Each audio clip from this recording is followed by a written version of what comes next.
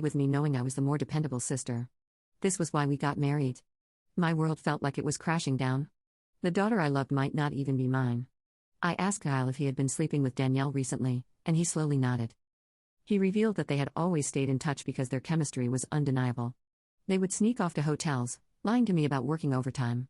He admitted that half of his business trips were actually romantic getaways with her. I asked why he married me if he wanted my sister, and Kyle said he didn't want to be the one to break off the marriage. He saw me as a wonderful mother to our daughter and decided to stay. In his words, he made a mistake and didn't know when to stop. I told Kyle I was glad he told me the truth, but that I was going to pack up and leave. He started crying, asking for forgiveness, and expected me to yell at him. Instead, I calmly packed my clothes. Kyle insisted that if I loved him, I should fight for him and that mistakes happen in every marriage. When he realized I wasn't going to do anything, he changed tactics, saying our daughter would be affected by a divorce and that children shouldn't be raised in broken homes. I reminded him that I might not even be the mother, which made him cry more and accuse me of being cruel. It seemed like he believed nothing could make me want to leave the marriage. Perhaps it was partly my fault for letting things slide in the past. While I did love him, it felt more like it stemmed from thinking we had a daughter together and had been together since college. Kyle kept insisting it wasn't too late to fix things, but I struggled to believe him and had no patience left. Trust was a major issue, and his words felt hollow. Even if I forgave him, I could never forget he slept with my sister. I've always believed in forgiving mistakes because we're all flawed, but this was beyond acceptable limits. I left him crying on the doorstep and checked into a hotel.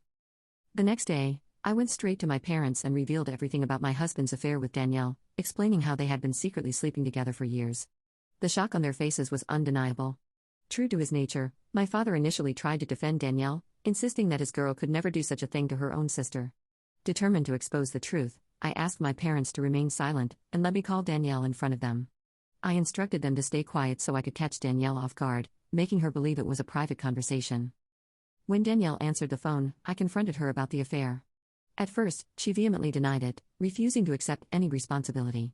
However, when I told her that Kyle had admitted to everything, she started blaming him, calling him characterless. She claimed it wasn't her fault if men were attracted to her and that she was the better-looking sister. I told her firmly that I would expose her to everyone. When Danielle mocked me, saying no one would believe me because she was the golden child, I scoffed at her arrogance and thanked her for confirming the truth, knowing our parents had heard everything. Danielle went quiet and then spluttered, trying to explain herself and salvage her image. My father, still in shock, demanded an explanation from Danielle. She stuttered through a feeble attempt to justify her actions, blaming everyone else but herself and desperately trying to shift the blame onto Kyle.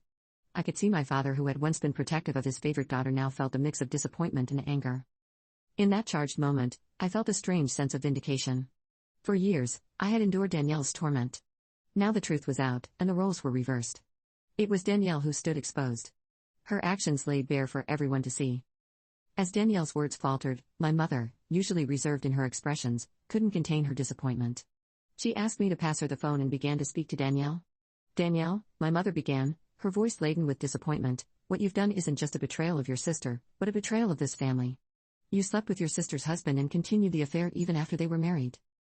Your actions have severe consequences and have irreversibly shattered the trust we had in you.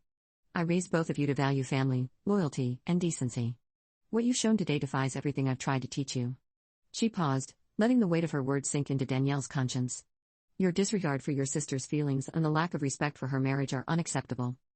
You've not only hurt her, but also torn apart the bonds that hold our family together. Your father and I are partly to blame for what you've become, but we will no longer tolerate this behavior. From today, you're cut off from the college funds we set up for you.